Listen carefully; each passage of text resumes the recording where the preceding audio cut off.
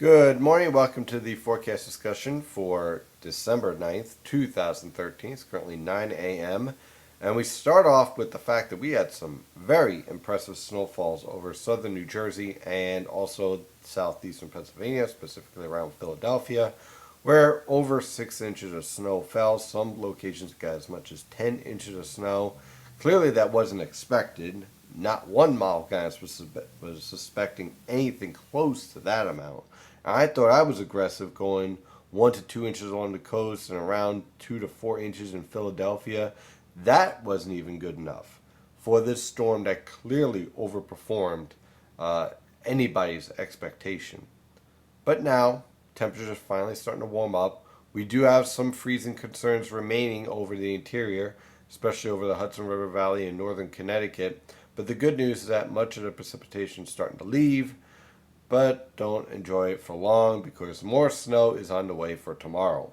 Look for temperatures throughout the region to rebound into the upper 30s to lower 40s, basically around 39, 38 degrees over the interior and 40 to 42 right along the coast, allowing some melting, but unfortunately with another cold front moving through tonight, temperatures will fall back below freezing, and that means there's going to be refreezing and the threat for black ice.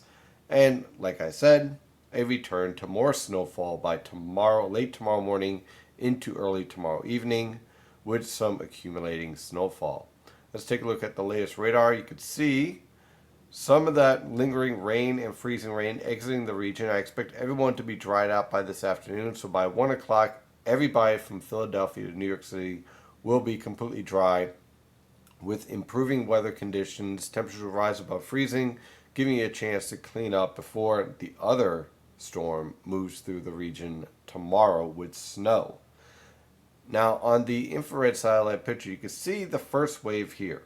And you can see the enhancement of our subtropical jet stream here with these higher cloud tops. And that's pretty much the key here to this entire forecast throughout this entire week and into this coming weekend.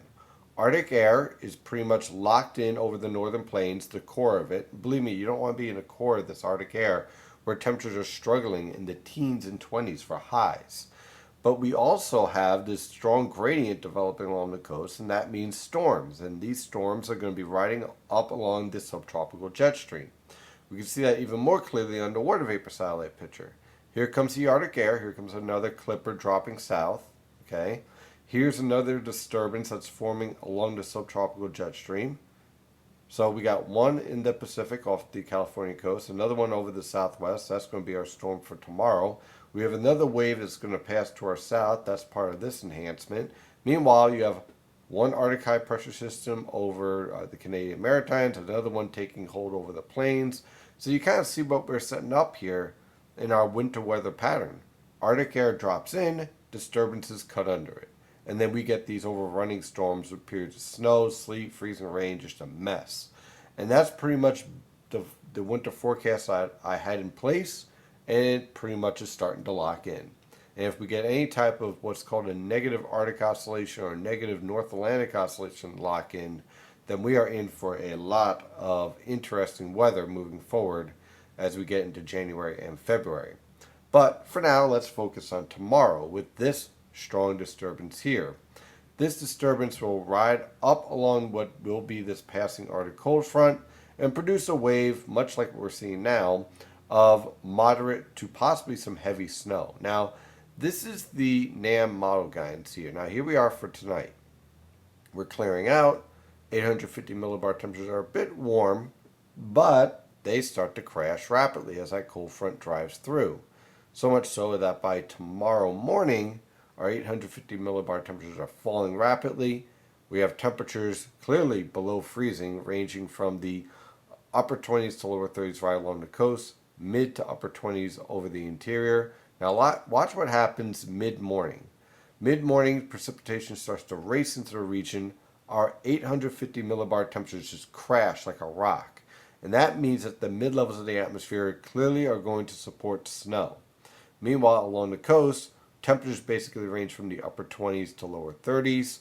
Right along the coast, notice the temperatures are slightly above freezing, but we're looking at 34, 35. And as the precipitation moves in by around noon, everyone is basically either between 33 or 28 degrees with moderate to heavy snowfall. And look where the heaviest snowfall is focused, pretty much right along the coast. And also, as 850 millibar temperatures are falling, that's going to lead to an enhancement of what's called a snow ratio. You usually look for every 1 inch of rain, 10 inches of snow. This is going to increase from that point up to 1 to 15, 1 inch of rain to 15 inches of snow as this low pressure system exits. And also, there's going to be a threat as this moves through of producing some banding, which could be a concern, especially for central and southern New Jersey. So this storm's going to move quickly. It's going to be a very quick, heavy burst of snow that I'm expecting late tomorrow morning, let's say around 10 a.m., continuing on all the way into the early evening, let's say about 7 p.m. It finally clears out. Not a strong low pressure system, but again, Arctic air interacting with these little mid-level and upper-level disturbances with the subtropical jet stream that's packed with moisture, and you end up with these little storms that can create havoc in a very short period of time. So here's the forecast. In the light blue area, which includes much of the interior, let's say from York in Pennsylvania, Allentown, up towards Hartford in Connecticut, basically 1 to 3 inches of snow. The further north and west you are, the more likely you'll just see an inch out of this with some passing snow showers. Right along the New York City metropolitan area, including southern Connecticut, much of Long Island, back to the northwest suburbs of Philadelphia, looking again for about 2 to 4 inches of snow. A nice little heavy burst possible right around 3 p.m. tomorrow afternoon. But again, mostly 2 to 4 inches of snow with most of the accumulation late in the afternoon through the early evening hours. Now in the dark blue, this is where I'm a little concerned of what's called mesoscale banding. There's a pretty strong thermal gradient off the New Jersey coast here. You have a lot of dynamics coming into play along the New Jersey coast and in the Philadelphia metropolitan area. So again, I'm looking for about 3 to 6 inches of snow. And then you see that plus there. That's because I'm a little concerned with what's called mesoscale banding and the potential for heavier bursts lingering longer in these locations. But again, generally 3 to 6 inches of snow. Again, there's the threat for enhanced snowfall due to mesoscale banding. And of course, I'll have more details for premium members in the severe threat analysis that will come out later on this morning. But the overall point here is that this is going to be a fast-moving storm tomorrow afternoon into the early evening hours. It's going to produce heavy snow, I think, at times. Most locations will see moderate snow along the coast. As you move into the interior, light snow, and prepare for visibilities fall below 2 miles at times for a brief period of time tomorrow afternoon. So that's going to exit out here. And then we have Arctic air building in, and it's going to be chilly the rest of the week. We're looking at basically high pressure in control with temperatures ranging from the upper teens to mid 20s for lows and upper 20s to mid 30s for highs throughout the entire Philadelphia and New York City metropolitan area all the way until Friday. Then we're going to have to watch out for another area of low pressure on Saturday afternoon through Sunday that will produce a mixture of snow, sleet, freezing rain, and rain depending on the exact storm track. Notice once again we have high pressure to the north of this low pressure system and a CADE signature showing up. Yeah, we've been through this road again. So I'm going to keep a real careful eye on this storm for Saturday into Sunday. It could actually be a little bit more of a big deal than what we're seeing in the Malgans right now, especially with this Arctic disturbance trying to race south and meet up with this disturbance. If they meet up just the right time, it's going to get pretty interesting around here, that is for sure. And then after that, well, it stays cold on through early next week with no signs of this Arctic air mass pattern ending anytime soon.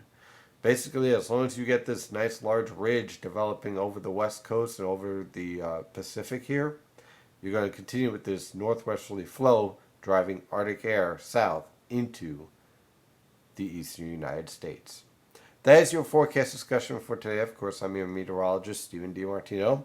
I'll be providing live updates once again throughout the day tomorrow on this potential snow threat, especially if banding starts to develop over central and southern New Jersey and the Philadelphia metropolitan area. You can follow the latest weather information at nynjpaweather.com and nynjpaweather on Twitter, Facebook, Google+, and LinkedIn. Have a wonderful day, and as always, stay safe out there.